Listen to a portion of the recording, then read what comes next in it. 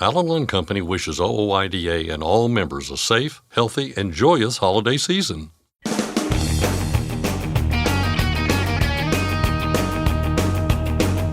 OOIDA, representing America's truckers since 1973, presents Landline Now with your host, Mark Redding. Welcome to Day 3 of the 18th Annual OOIDA Truckers for Troops campaign, our annual effort to raise money to send care packages to troops overseas and support veterans here at home. It's easy to take part. Just dial 816-229-5791 or go to OOIDA.com. You can join or renew your membership for a discounted rate. 10% of that will go into the fund, and OOIDA will match that money dollar for dollar. Again, that phone number is 816-229-5791, or you can go to OOIDA.com and click on the buttons that say Join, Renew, or Donate Now. On the OOIDA smartphone app, you just click on Join, Renew, and fill out the form. On today's program, one of the Veterans Community Project's newest communities is in Sioux Falls, South Dakota. What they're building there is changing lives, one veteran at a time. Truck drivers who have someone trying to force them into violating the regulations can let authorities know that it's happening through what's called the National Consumer Complaint Database. I'll talk with Tom Crowley and Aaron Lynch of OOIDA's Compliance Department. And finally, Marty Ellis says there used to be a sense of camaraderie among truckers, but that's faded over time. I'll talk with the man who drives the spirit of the American trucker. But first, the news with Scott Thompson. Thanks, Mark. Our top story today, diesel prices are trending downward again.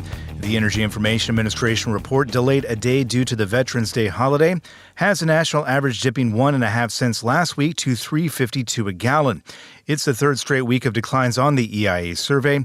Prices slid in every region except for the Central Atlantic, where the average ticked up 1.5 cents.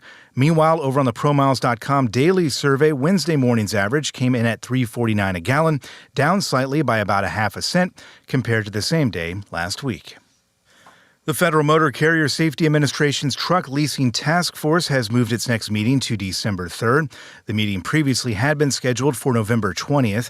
The delay will give the Truck Leasing Task Force additional time to draft its recommendations on how to prevent predatory lease purchase agreements in the trucking industry. Congress established a group to look into predatory lease purchase agreements in the industry. The task force, launched in 2023, has been researching the topic and listening to truck drivers' personal experiences. The task force used publicly available court data to estimate that more than 200,000 truck drivers have been affected by predatory lease purchase agreements. Steve Vaselli, a task force member and economic sociologist at the University of Pennsylvania, suggested that the total number could be hundreds of thousands higher, though. The December 3rd meeting is expected to be the task force's last one before turning in recommendations to FMCSA. The Canadian government is stepping in to end a lockout at two of the nation's busiest ports.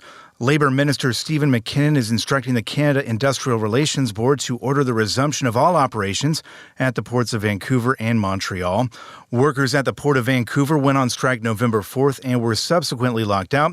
Their counterparts in Montreal followed this past Sunday. Minister McKinnon explained the government's decision to intervene during a news conference. These work stoppages, are impacting our supply chain, hundreds of thousands of Canadian jobs, our economy, and our reputation as a reliable and international trading partner.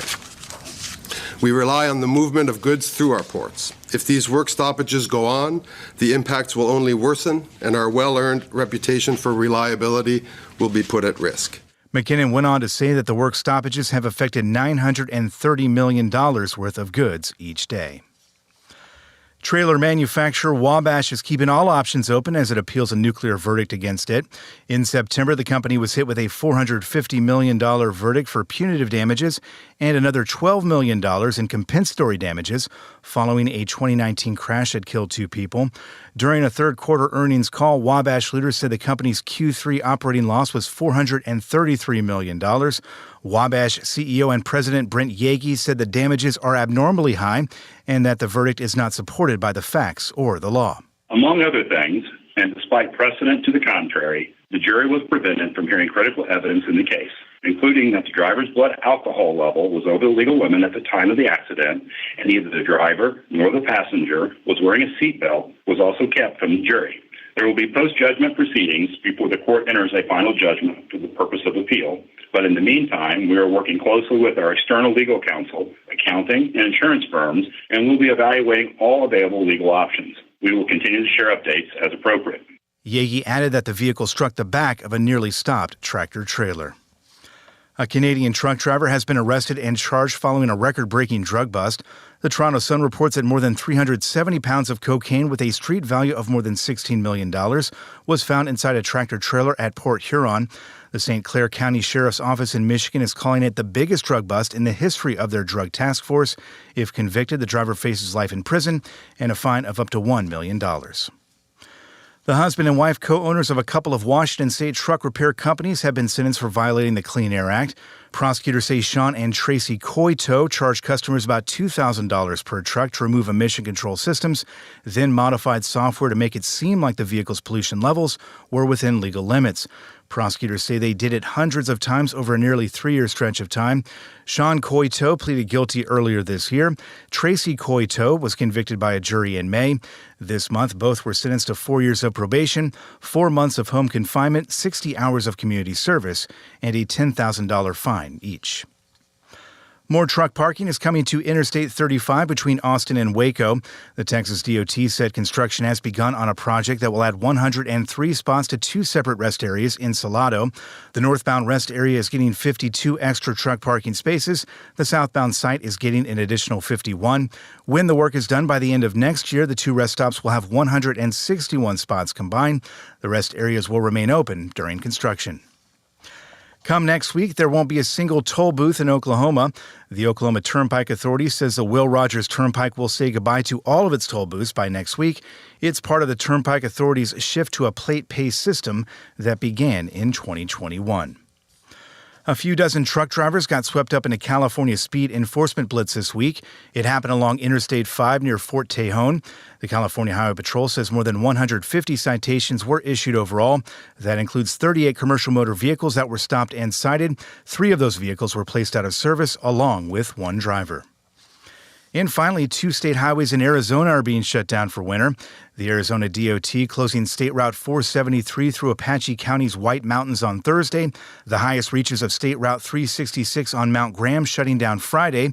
Additional winter closures throughout Arizona are on the docket for later this month and early December. That's Landline Now News for today. I'm Scott Thompson. Thanks, Scott. Congratulations to Leonard Johnson of Rocky Point, North Carolina. He's received the OOIDA Safe Driving Award for 24 years of safe, accident-free driving. That's the equivalent of a car driver going 180 years without causing a single accident. The OOIDA Safe Driving Award program is sponsored by Shell Rotella. And if you're interested in receiving the Safe Driving Award, you can find a link to more information on our website, landlinenow.com. Again, that website, landlinenow.com. Starting Tuesday, Marty Ellis and OOIDA's tour truck, The Spirit of the American Trucker, will be at the Sapp Brothers in Omaha, Nebraska. That's located at Exit 440 on Interstate 80. Stop in, say hi to Marty, and join OOIDA for a $10 discount. Once again, you're listening to the annual Truckers for Troops fundraising effort on Landline Now. Just call 816-229-5791 to take part, or go to OOIDA.com and click on Donate Now or Join Renew. Next, we'll talk with some of the folks from the Veterans Community Project's campus in Sioux Falls, South Dakota, and I'll discuss reporting people who try to get you to violate the regulations. We'll be right back. I'm Mark Reddick, and this is Landline Now. Thanks for listening. Be sure to like and subscribe. If you want more content, go to landline.media to get updated news, information, and archived editions of our show. Once again, that's landline.media. Running on ultra-low sulfur diesel? Stay protected this winter with Howe's Diesel Treat and Diesel Lifeline. Steer clear of gel and ice with North America's #1 trusted brand. Find Howe's products nationwide at select retailers, auto parts stores, truck stops, and on Amazon.com. When it's time to overhaul your truck engine, help protect it by insisting on a genuine Vibratech TVD crankshaft damper. Heavy duty, absolute premium quality, and they're made right here in the USA. Find a dealer at vibratechtvd.com. Truckdown.com. Whenever you have a breakdown, you need Truckdown.com. 24/7 access to 40,000 verified heavy-duty repair vendors nationwide. Truck revived. Deliveries thrive. Truckdown.com. It's tested and proven. Burn 2.1% less fuel when you balance all wheel ends with Centromatic. Call 800-523-8473 to get the OOIDA discount.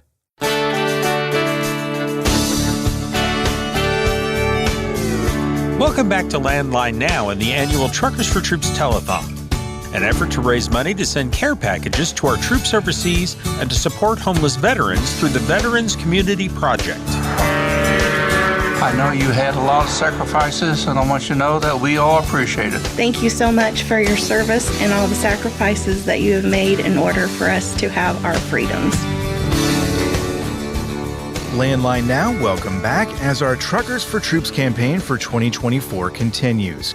You've got a lot of options when it comes to your money, and considering the freight market in recent years, you may understandably be a bit shy to open up your pocketbook to donate, but if you do, you should know where your money is going. You know about the care packages, and by now you've likely heard about the Veterans Community Project, which is providing housing and services to veterans who have fallen on hard times, and they're doing it in more and more locations now. The VCP location in Sioux Falls, South Dakota welcomed its first 3 residents in September of last year.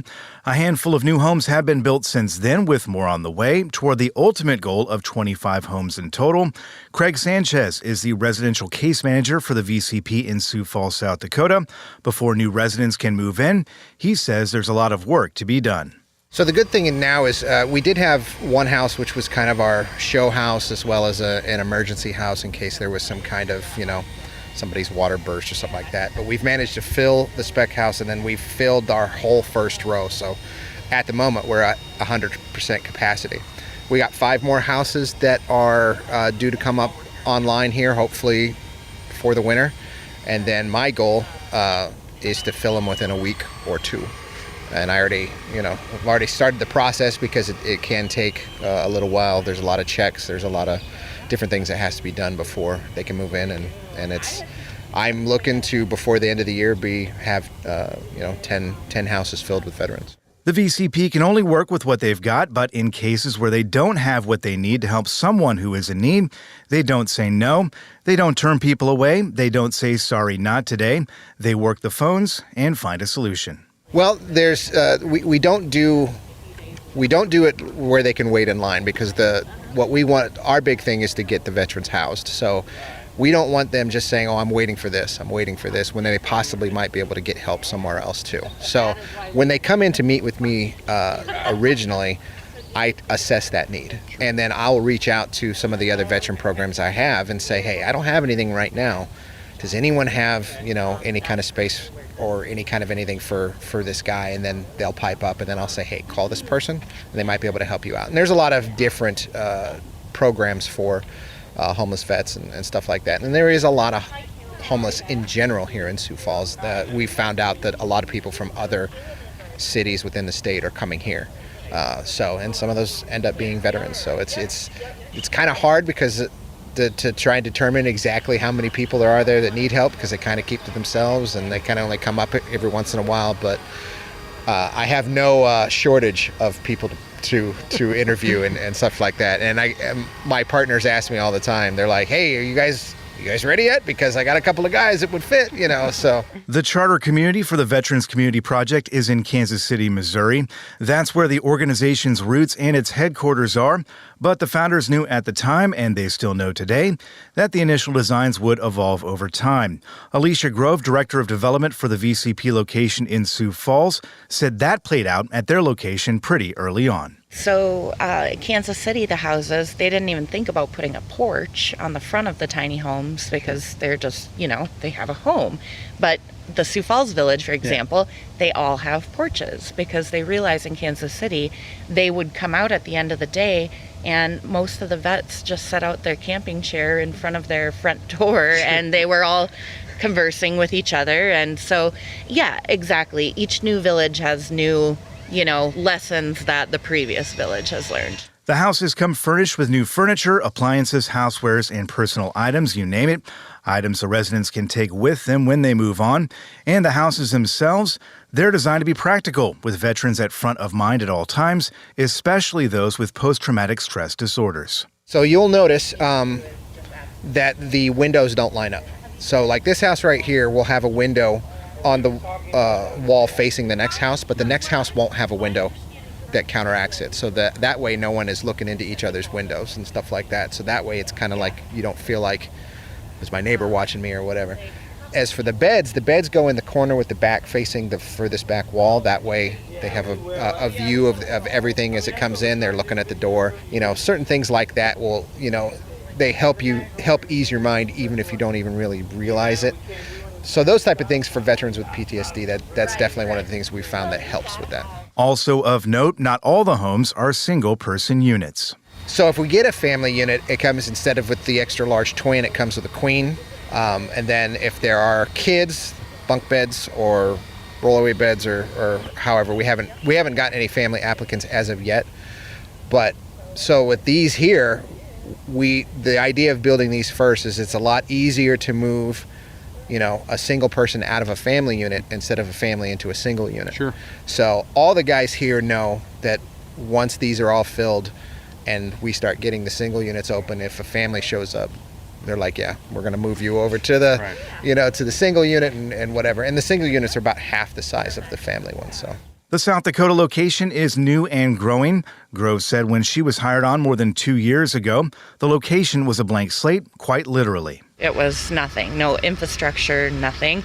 So it's been incredible to see, like you said, the progress and just how quickly everything's coming together, especially because we're not commercial builders, right? Like, for all intents and purposes, we have no business building anything, right? But it's the community that's really propelled this project. John Holter, executive director of the Veterans Community Project in South Dakota, said as the site there grows, so does its capacity to help, but that takes time. We collaborate with the other villages, and we all go through similar challenges and growing pains, but we're learning from the other villages what to expect. So it's making that road a little easier for us. But yeah, we're still very much in the growth stage. A little more than a year ago, the VCP Sioux Falls location counted 3 people as residents. At last check, they're still there, something Holter says is not unusual. They have, with varying degrees of success, made some progress, and we don't have a graduate yet, what we consider somebody who's moved out successfully, but in the very near future, I think we'll have 1, maybe 2 graduates of those people that are living here. The average stay from other villages, since we don't have the history yet, is a little over 400 days, and so that looks like that's going to play out here about the same, and we're looking forward to that for success. Grove said every single thing they do is meant to help the residents grow and work toward the next chapter of their life. It makes me feel, again, very humbled, very blessed to be able to be a part of this, and just to be able to watch. Last September, I was able to welcome home our first veterans into the village, but seeing their progress throughout this last year has been phenomenal, how they've come out of their shells, how they've made such progress towards their goals and transitioning out of the village. So, from legal workshops, financial literacy courses, cooking classes, anything that can help a resident develop skills for the next chapter of their life, the opportunities are there. So are a few things that the rest of us might take for granted, like a physical address. One of those biggest things is a mailbox, right? Having an address. So when somebody doesn't have an address, they're not able to get a driver's license or even a job, all of those things that I certainly take for granted. They have an address. Now for the money. Where does it go? Every single cent donated through Truckers for Troops goes to care packages for troops stationed overseas or the Veterans Community Project. Earlier this year, representatives from OOIDA made a trip from Kansas City up to Sioux Falls to hand over a $10,000 check and backpacks filled with essentials. You might not think it, but Holder said those backpacks are a gold mine. We collaborate with a lot of organizations across the community, and try and target the groups that aren't connected with other veteran service organizations. So when we discover a need, we do a lot of outreach, and we discover those needs, we can distribute those backpacks.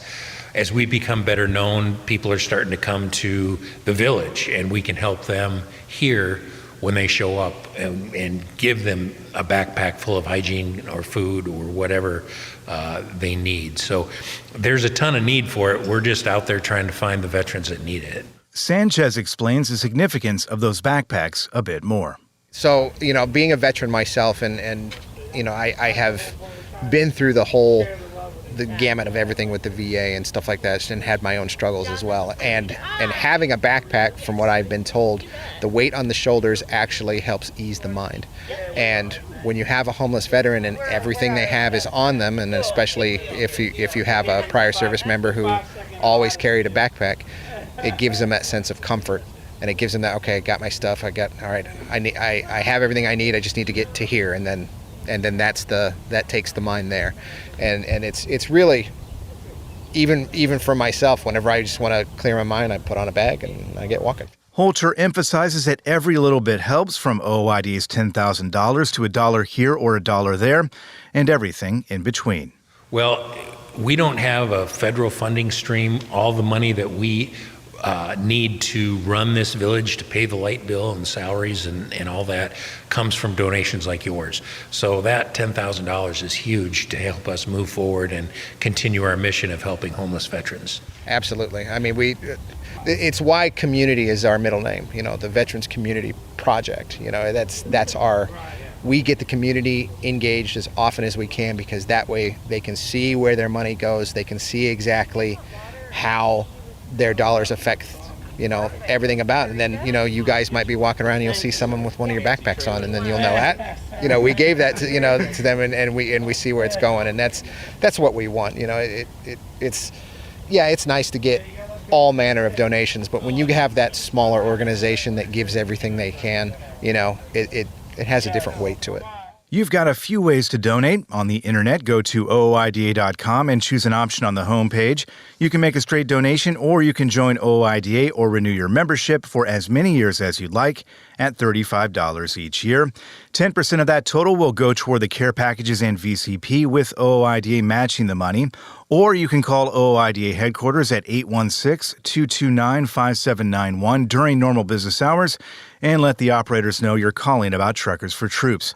The crew at the VCP in Sioux Falls and those at other sites around the nation, thank you. And Sanchez says you can rest assured that they're using whatever money they get to help in any way that they can. For me, it's one of the things that always struck with me with being in the Army is no one gets left behind. Not everyone gets to move into the village. That doesn't mean that they don't still get my help. I tell people all the time, I'm like, hey, if it's not a good fit for you here, you can still call me. I'll help you with your VA benefits. I'll help you, get some mental health. We have some people who donate their time, with us, and I have access to that. So the good thing about it is those guys who actually move into the village and get to the point where they're actually in the homes is everything, because it's like, we had one guy who sleeping under a bridge. We got another guy who had a great camp set up, and he got found out. So now he's got nothing, so I put those guys in a house, and you can close the door and everything's quiet and everything is where you want it.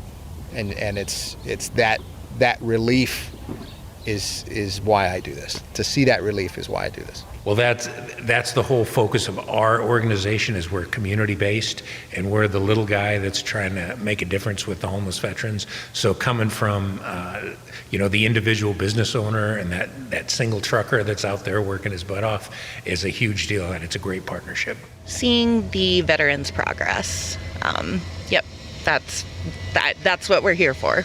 For Landline Now, I'm Scott Thompson, and we're back right after this short commercial break. From all of us here at OOIDA, we appreciate your service. Thank you. We appreciate everything you do.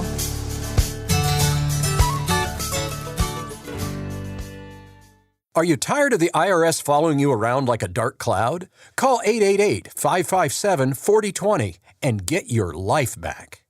At Truck Stop, we've built a better load board for carriers like you. Sign up today and access over 600,000 loads on the most trusted online load board. Learn why the best in the business rely on Truckstop to make more money and start driving your profit today. Landline Now, welcome back. What do you do if someone is trying to get you to violate the regulations? There's a place where you can report that kind of activity. Here to explain how it works and sometimes how it doesn't are Tom Crowley and Aaron Lynch of OOIDA's Compliance Department. Guys, thanks for joining me. Thanks for having us, Mark. Thanks as always, Mark. Now, this involves something, and we use the abbreviation NCCDB, but it stands for National Consumer Complaint Database. And one of the things that I think is hilarious is it's actually not a place for consumers to file complaints.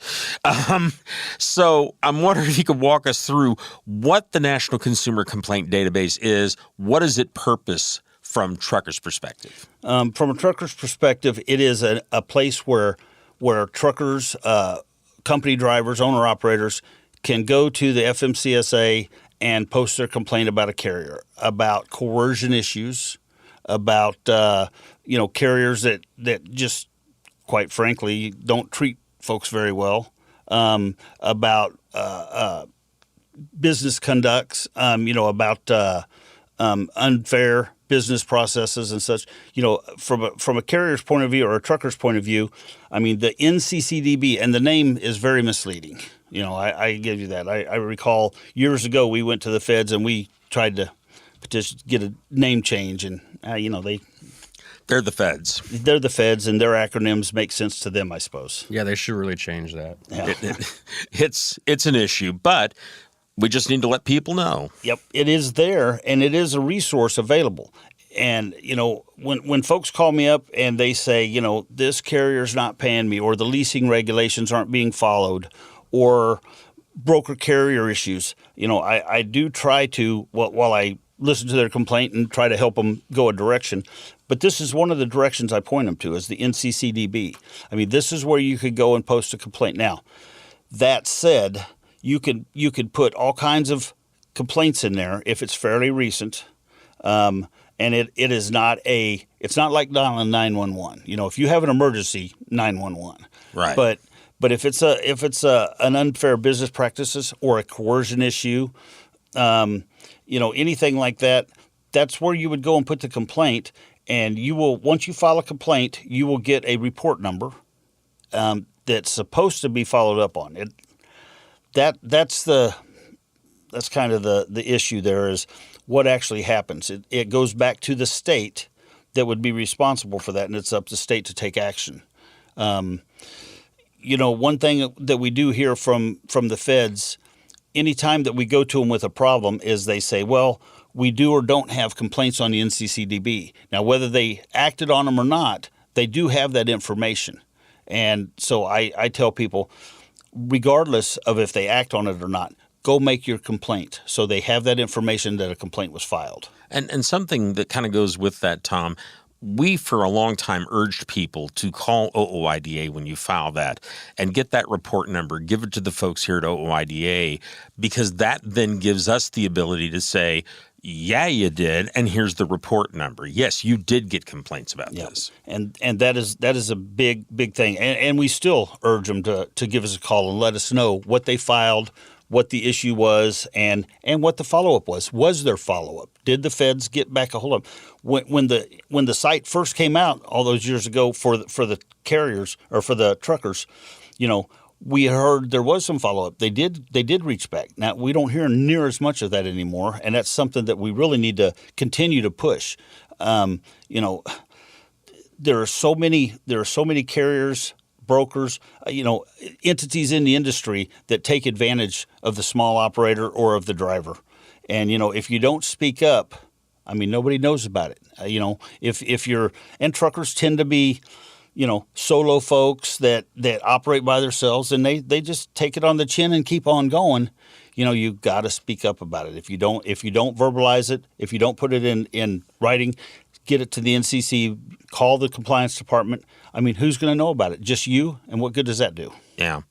Well, and so much of the issue that I find is that I'll send this out like wildfire, and very few people actually follow up and actually do it. Do it, right? At the end of the day, file it. Get it done. It's more than just what Tom said even. You can do it against medical examiners. You can do it against for non-payment or fraud. This is how you report this stuff. Maybe we always say that FMCSA, maybe they haven't put the resources or the manpower, and I would tend to agree with that sentiment behind this. But the only way to find out is to actually get these numbers in and then take it to them and see what can be done. Well, and hopefully if a lot of people, for example, file complaints on a particular carrier or a particular broker or whatever, that maybe the FMCSA perks up and thinks, maybe we have a problem there. You know, and if you look back at a few of the issues that the feds have responded to, be it with brokers and stuff, they did get that complaint through the NCCDB. That is what brought their attention to that.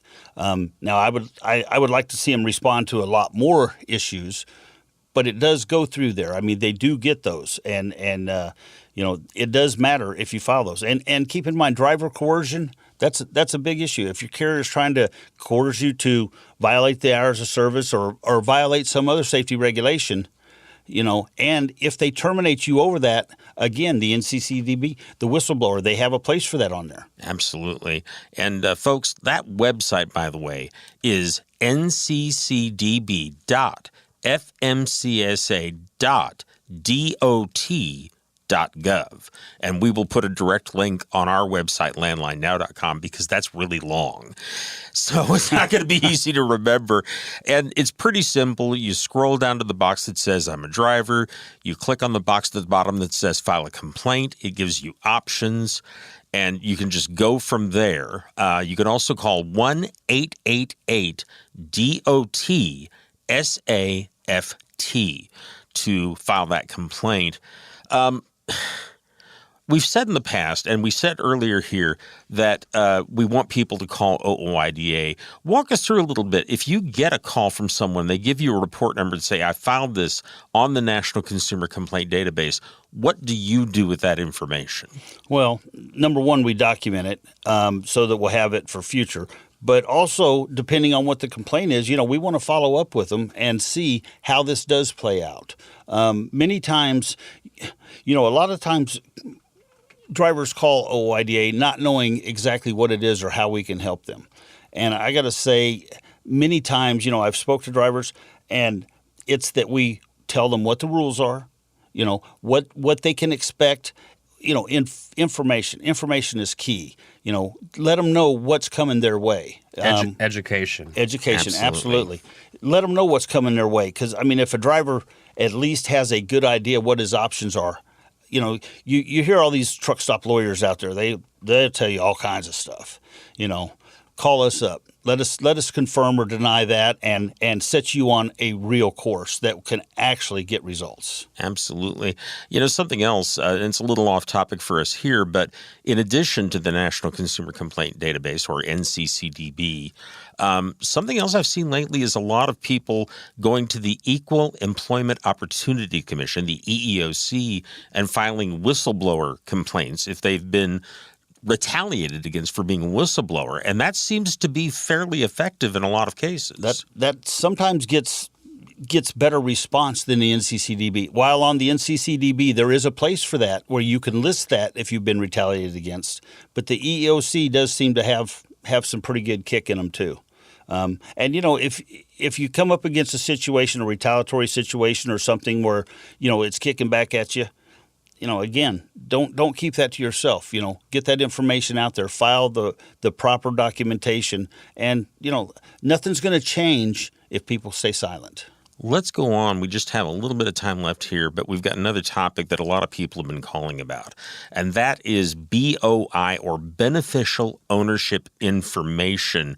People asking if they have to register for this, when do they have to do it, what the heck is this thing, isn't there a court decision against it? You do have to file it. That is something that is definitely a thing. What do we mean, guys, by beneficial ownership information? What information are we filing there? So It's on the FinCEN website, Federal Crimes Network website. You essentially, it's not even trucking related, it's business related, right? And so if you have an incorporation or an LLC, it applies to you. There's certain terms and conditions where there's an exemption from it, but for most truck drivers, you won't fall under those exemptions. So file it, and you must file it by the end of the year. And they say that for every day that passes, it's supposed to be some $500 some odd dollars. You know, how much of that is true, I'm not sure, but you need to go ahead and file it. It takes 15 or 20 minutes. I've walked through with it a couple times with some people and try to do it myself. It's not exactly rocket science, but you need to dictate who is in charge of your business. You need to prove your identity. Yeah, claim your ownership of the business. Exactly. You know, there are so many businesses that are filed, you know, because all that stuff's done online. You go to your Secretary of State and you know, file for your incorporation or your LLC. Have a registered agent. And a registered agent, and it doesn't tie the business to you. Well, with all the scams that are going on out there in the trucking industry and across many industries, you know, it's a way to narrow some of that down. You know, because when the scammers, you know, they're not going to be honest with it, and the feds will be able to, you know, get in there into the database and see who is not honest and who is, you know, what information checks out. And this is a way to cut down on the scams. And especially in the trucking industry, as just about every, you know, owner, operator, lease carrier, whatever, knows that there's a lot out there aimed at you. And, you know, so this is one way that the feds have come up with to try to cut down on that, to get you to claim your business.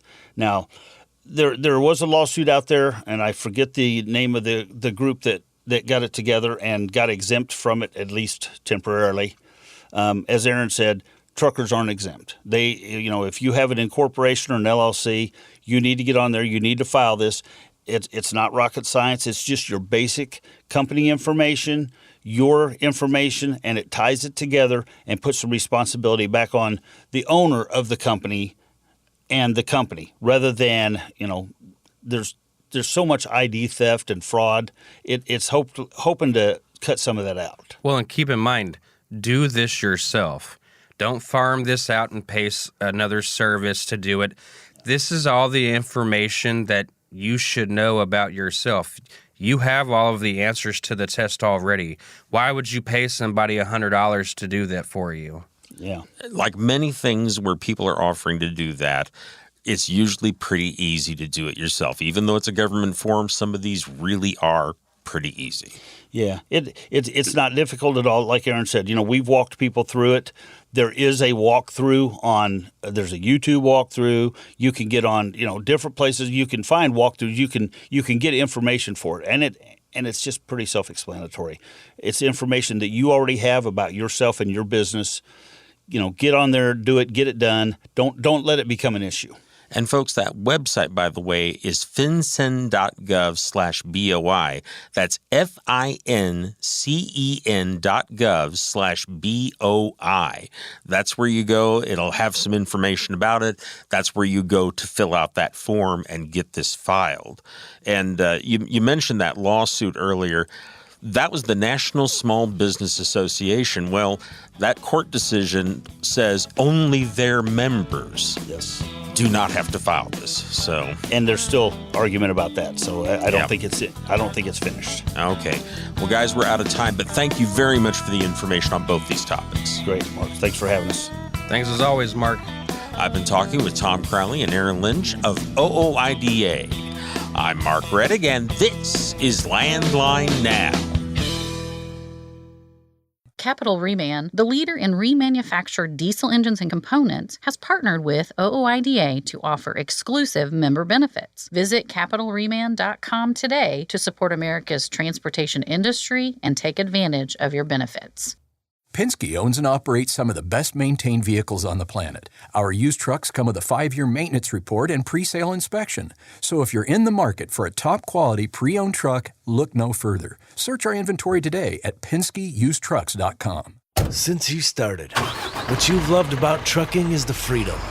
Heading out on your favorite route, a good driving song, and thinking about truck insurance. Well, maybe not that last one. That's why we're here. At OOIDA, we have a full range of truck insurance products, expert advice, and great customer service, helping you get the right coverage for your operation. Go to OOIDA.com because your job is to drive. Our job is to help with everything else. Landline now. Welcome back. Every week, we check in with Marty Ellis, who drives OOIDA's tour truck, the Spirit of the American Trucker. Camaraderie. The dictionary says the word means mutual trust and friendship among people who spend a lot of time together. Marty says there used to be a sense of camaraderie among those who drive trucks for a living, but that feeling has, for a number of reasons, faded from the industry over time. And in Marty's mind, that's a shame. Carolina west to Denver, up to Bangor, west to Austin, coast to coast, sea to sea, sail on, sail on. Well, Marty, welcome back to the mothership. Thank you, Mark. It's always a good time to be back. Yeah, and you're here, of course, for the meeting of the OOIDA Board of Directors going on this week. Yeah, absolutely. Twice a year, fall and spring, and it's always a good time to be able to touch base with some of our board members. I once in a while get to see somebody on the road, which really helps because they have that feedback some of the time that I need from their perspective, not just my own. Yeah, absolutely. And of course, you learn a lot about what's going on behind the scenes in places like Washington at the board meeting. So, and hopefully we'll bring some of that to folks on the show. Absolutely. Let's go ahead and talk about some of the things that you've been thinking about here. And one of them is something actually I had a conversation with about earlier, which is the sense of camaraderie in the trucking industry. And it's just a very different place than it used to be, isn't it? It really is. It's so funny. Since I wrote that down, I've had more conversations about that. I don't know why I wrote it down when I did. I don't remember what it was, other than one of the members I was talking to on the road said, hey, there's less of a sense of camaraderie out here on the road, and I get that. But a lot of people look to OOIDA for that sense of belonging, some camaraderie, even if we're not talking to each other on the CB radios, because I'm guessing probably 90% of the trucks out there don't have them, and probably half of those that do don't have them on the majority of the time. I do try to remember to turn mine on. If I leave it on, then it's on all the time, and I can't sleep with it, that way. But I try to remember to turn it on in case somebody hollers, hey, or maybe, they see that, something's smoking or whatever. You want to know ahead of time. Or, hey, there's stopped traffic, 2 miles ahead. These are some of the things that we used to really share a lot. Now we are relying so much on technology. Our phones, our GPSs are all hooked up, and it's everything online. But we used to have it more personal. I'm hollering at you saying, hey, be careful, or, we're, the bear report. So, of course, that used to be a big deal. Now you couldn't get a bear report to save your own life. Okay. Yeah. Right. But this member, said, the way he was looking at OOIDA as this is his way of staying connected with other drivers out there. And I think that is one of the things that the association is good at, keeping people together, okay? And because so many things nowadays, even in our regular lives, not even, let's just throw trucking out of it, in our regular lives, how many good conversations do you have? And, it's, we very rarely have those one-on-one conversations with people unless we know them. So it's kind of complicated on how we can go about doing that. So a lot of people live, off of podcasts or whatever, and that's how they feel that they're connected. There's still some call-in radio shows, not a lot of them anymore, but we can, where you can call in and kind of be part of that community. But he was just saying that since he has limited areas where he can really feel like he's connected, that OOIDA, by reading the magazine, seeing, some of the members' profiles, some of the little, we have the page on, the tour truck on, and that's why I drag some people out to get pictures and that, and get their story. Where are they at in trucking? That type of thing. And so he just really feels that that OOIDA is still his venue for that. Well, it's interesting you say that. For a couple of things that I think about when I hear that is times that I've been at truck shows with you or with John Osborne before you, and the spirit itself becomes like a gathering place. And at times it can be kind of hard because other people want in, but there's folks just hanging out. Right, absolutely. There are times that you wish you could open up all the walls, okay, and so you could have, gather more people in. And we've all seen it where, those people that are hanging out, they really want to have that relationship. And it's so important, but you're right. You can get crowded in there. And, and some of the time, especially at a truck show, a busy one, some of the time you can't invest the time with those members that we would want to. Yeah. And that's where, like when I'm a little slower out at, a regular truck stop, some of the time we can have those conversations that go into things a little bit deeper than when we can at a truck show. And so I encourage people, if you didn't get as much time, whether it's with you, whether it's with me, whether it's whoever, okay, you can, possibly see us at, a regular stop when I'm out there with the Spirit. Maybe if you get a chance, stop through headquarters and, and if people are available, that's always a trick. But, see if there can be a little bit of a conversation there to be part of that team. Absolutely. And there's other places that truckers used to gather that are just kind of gone. And I'm curious if you've seen this because I don't get to nearly as many truck stops as you do. Sure. But one of the things that I started to notice a while back is the ones that I have been to, you used to see like a driver's table in the restaurant that was just for the truckers, or you'd see a driver's lounge that was only open to the truckers stopping there. Yeah. I don't see that so much anymore. I mean, are they still out there? Yeah, I mean, like the driver's lounges are still there. Some people use it, but a lot of times it's the TV's going and there's a game on or whatever. It's not really being used to have conversations other than remarks on the game. Okay, so but the tables, as far as in the restaurants and that, those are going away. I think basically if I was just to kind of analyze what happened is they were going away, but then after COVID, they just kind of never came back. And so many people still don't feel comfortable sitting down in an enclosed area with other people. So, and I don't knock them. Hey, you have to do whatever's best for you. But it really has taken away a lot of that that camaraderie, out in the open world and the learning, being able to learn from other drivers, not only what's the right thing to do, but just to get them know them a little bit better. Okay. Well, Marty, we're almost out of time here, and I thought we ought to talk a little bit about where you're going next because it involves one of my favorite things, which is the coffee pot on a giant stick. Yeah.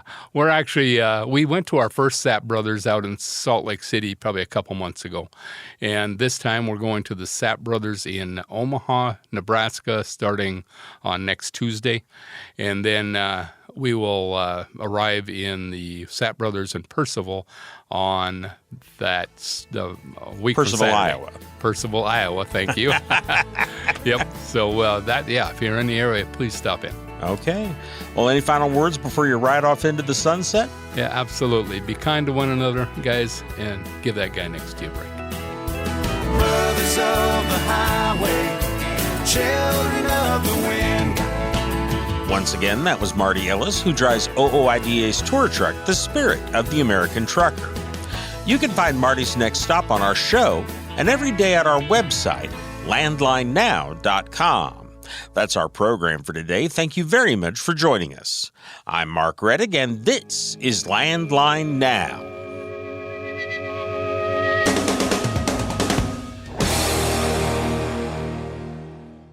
Thanks for listening. Be sure to like and subscribe. If you want more content, go to landline.media to get updated news, information, and archived editions of our show. Once again, that's landline.media. I'm a dad, a son, a husband, wife, I'm a writer, photographer. I farm. I'm a veteran. I love old cars, fishing, My kids. chrome, and I am a professional truck driver. And together, we are OOIDA. OOIDA was founded by truckers to stand up and speak on behalf of truckers. We've done that by combining the individual voices of our members into a single, powerful voice. Protecting your interests, defending your rights. Join us. Make your voice heard. Join OOIDA, the Owner-Operator Independent Drivers Association. Call 1-800-444-5791 or visit OOIDA.com.